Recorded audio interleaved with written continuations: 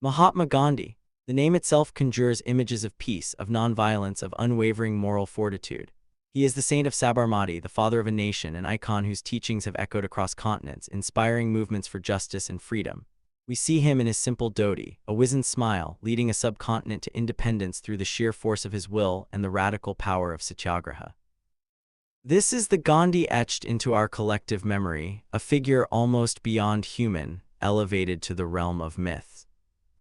But what if the very foundation of this saintliness, the bedrock of his spiritual purity, was built upon a series of deeply uncomfortable, profoundly controversial personal experiments? What if the quest for perfect self-control, for brahmacharya, led him down a path that challenges our understanding of his ethics, his wisdom, and ultimately his humanity? This is the uncomfortable truth behind the Mahatma, a truth often whispered, rarely examined, and almost never fully reconciled with the saintly image we cherish. From his early days, Mohandas Karamchand Gandhi was a man driven by an intense desire for self-mastery. Born into a relatively privileged Vaisya family in Porbandar, India, his upbringing was steeped in the devotional traditions of Vaishnavism, Jainism's ascetic principles, and the pragmatic ethics of his mother. He wasn't born a saint. He was a timid child, shy, prone to mistakes, and later, as a young man, confessed to periods of moral failing. His early life was marked by a marriage at the tender age of 13 to Kasturbai, a union that, though initially conventional, would later become the stage for his most profound personal battles. The pivotal shift in his journey towards extreme self-discipline came much later in 1906 at the age of 38. It was then, amidst his burgeoning political and spiritual work in South Africa, that he took a solemn vow of brahmacharya. This was no ordinary commitment.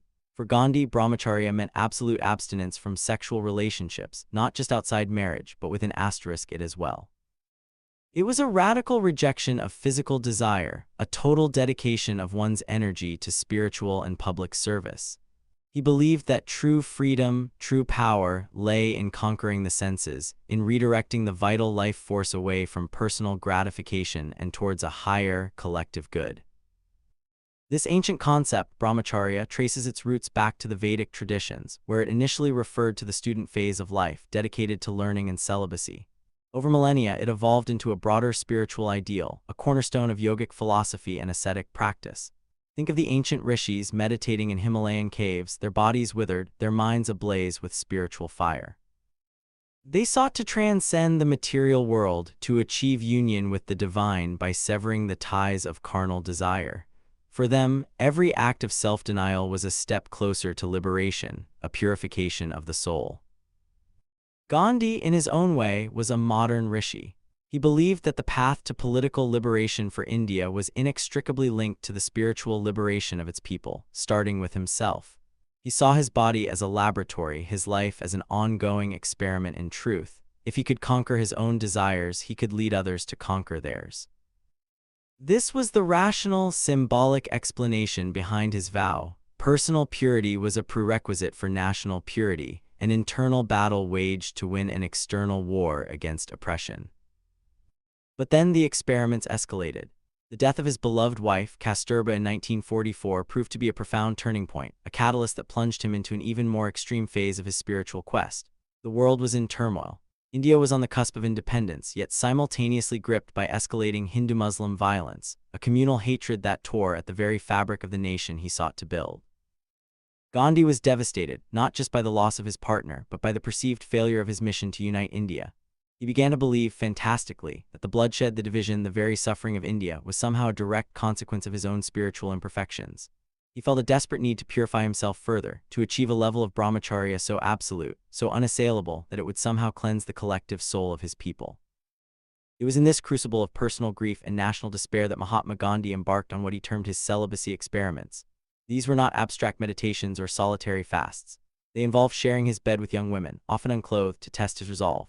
Among them were his personal physician, Sushila Nayar, and most controversially his grandnieces Abha and Manu. These young women were in their late teens, significantly younger than the then 70-something Gandhi. His stated intention was clear. If he could lie beside them unaroused, untouched by carnal desire, it would be the ultimate proof of his spiritual purity, the complete triumph of the spirit over the flesh. It was a radical, almost terrifyingly literal interpretation of his vow. He was attempting to embody a living flame, immune to the kindling of temptation. This act, he believed, would not only perfect his own brahmacharya, but also generate a spiritual energy potent enough to heal the fractured nation. This practice, however, sent shockwaves through his inner circle. Many of his closest associates and followers expressed profound discomfort and even outright criticism. Jawaharlal Nehru, who would become India's first prime minister, reportedly described Gandhi's obsession with sex as abnormal and unnatural, warning that such extreme practices would lead to frustration, inhibition, neurosis, and all manner of physical and nervous ills. Some helpers, unable to reconcile this private conduct with the public image of the Mahatma, quietly departed. Yet Gandhi remained unyielding, convinced of the righteousness of his path. He claimed it was absolutely necessary for his brahmacharya asterisk, a vital step in his relentless pursuit of truth. He famously declared himself a true seeker of truth who had nothing to hide, viewing any criticism as a misunderstanding of his higher purpose. Mahatma Gandhi, one of his grandnieces involved, reportedly adored him, her devotion leading her to agree to the controversial arrangement. But the immense power imbalance between the revered Mahatma and a young, impressionable relative inevitably raises uncomfortable questions about the nature of consent in such a unique, spiritually charged dynamic. This was Gandhi's ultimate trial by fire, his personal Agni Pariksha, a mythological ordeal where purity is proven by walking through flames. For Sita in the Ramayana, it was a literal test of fidelity. For Gandhi, it was an internal inferno, a conscious confrontation with the most primal human urges, believing that if he could walk through that fire unscathed, he would emerge truly pure, a vessel worthy of leading a nation. The symbolic explanation here is potent. He was attempting to purify himself through proximity to the very source of temptation, to prove his detachment by inviting attachment, to achieve spiritual invincibility by confronting his deepest vulnerabilities. He was trying to become a living paradox, a man who, by embracing the ultimate test of human connection, sought to demonstrate his ultimate disconnection from the flesh. In the throes of these controversial experiments, Gandhi found himself at a precipice of personal transformation. He was not merely testing his own resolve, he was attempting to redefine the very boundaries of spiritual practice, pushing the limits of human self-control to an unprecedented degree.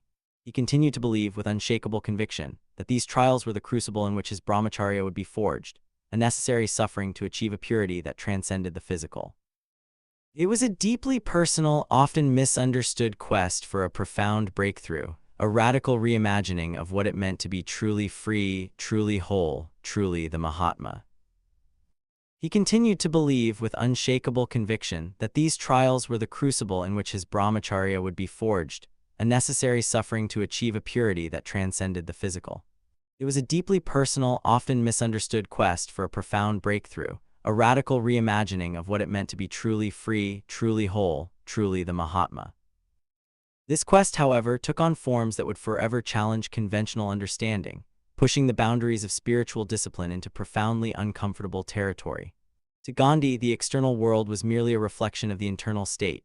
If his mind was truly free from desire, if his brahmacharya was absolute, then even the most provocative external stimuli should leave him untouched. It was a rigorous, almost scientific approach to spiritual purity, treating his own body and mind as a laboratory for the soul. He began, in the later stages of his life, what he termed his celibacy experiments. These were not casual exercises, but deliberate, conscious arrangements designed to test the very limits of his self-control. He would sleep alongside young women, often his grandnieces or other devoted followers, women who had themselves embraced lives of spiritual dedication.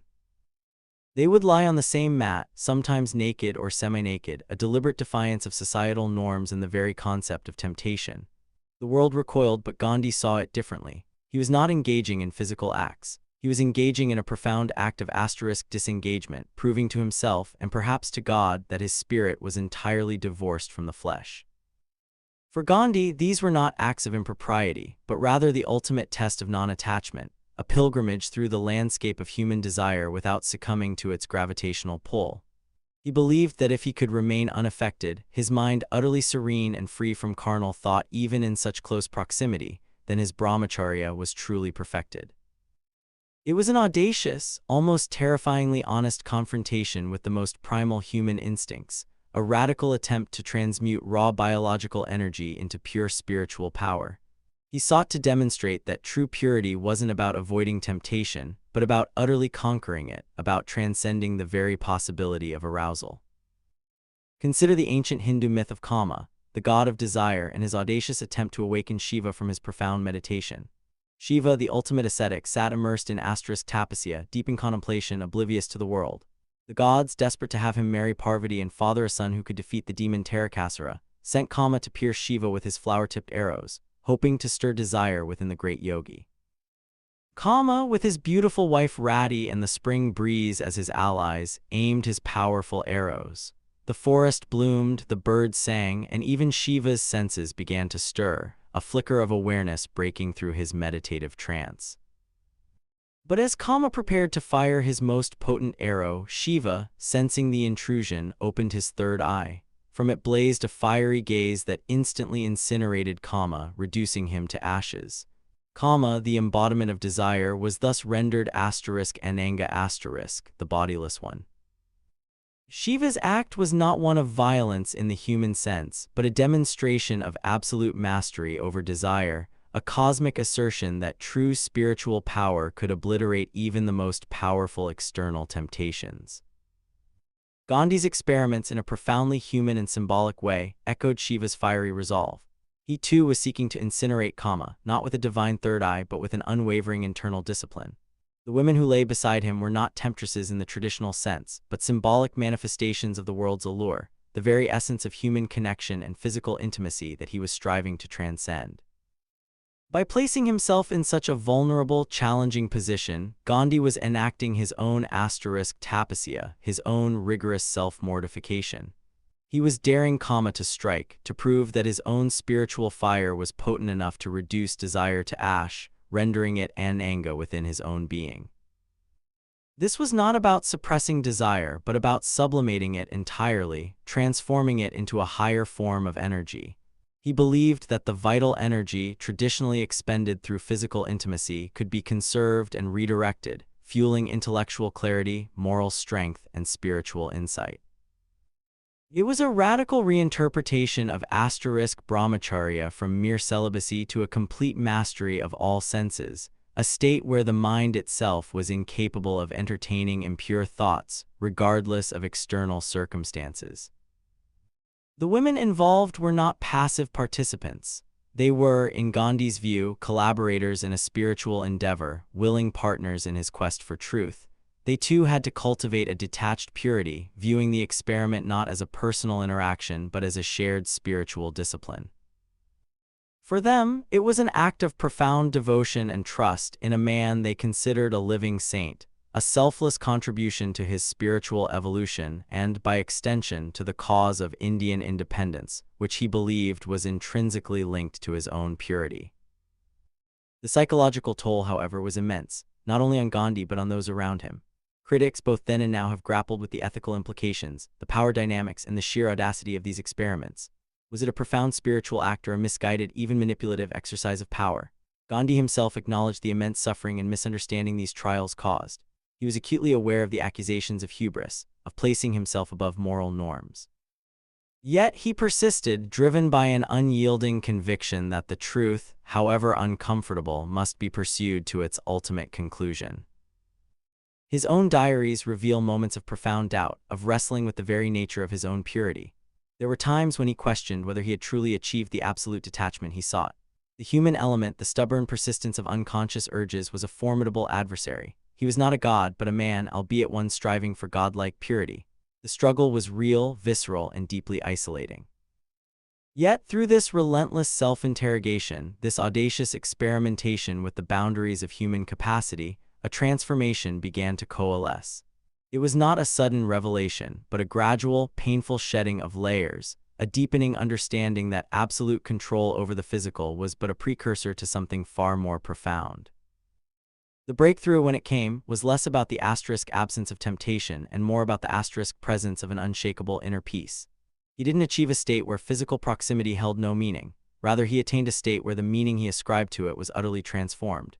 He realized that true brahmacharya was not merely the physical act of celibacy, nor even the mental suppression of desire. It was the complete eradication of the need to test it, the spontaneous and effortless absence of any impulse towards physical gratification, even in the most challenging circumstances. It was a state where the other ceased to be an object of desire or even a test, and simply became another soul, another manifestation of the divine, perceived with an encompassing, universal love, devoid of personal attachment or carnal thought. He moved beyond the need for external validation of his purity. The test itself became redundant. His inner landscape had shifted. The crucible had done its work. Gandhi's personal breakthrough was the realization that true freedom lay not in constantly proving his control over the senses, but in the spontaneous, effortless transcendence of their pull. He had sought to prove his purity through rigorous external trials, but ultimately found it in an internal shift, an unburdening of the self from the very concept of desire as a separate, adversarial force. He no longer needed to fight temptation because it had ceased to be a distinct entity within him. It had dissolved into the vast ocean of his consciousness, leaving behind a profound and unshakable serenity. He had walked through the fire not unscathed but utterly transformed. The quest for the Mahatma within, that radical reimagining of what it meant to be truly free, truly whole, had reached its deeply personal, often agonizing, yet ultimately transcendent culmination. He had found his truth not in the avoidance of the human condition but in its profound, conscious redefinition. The experiment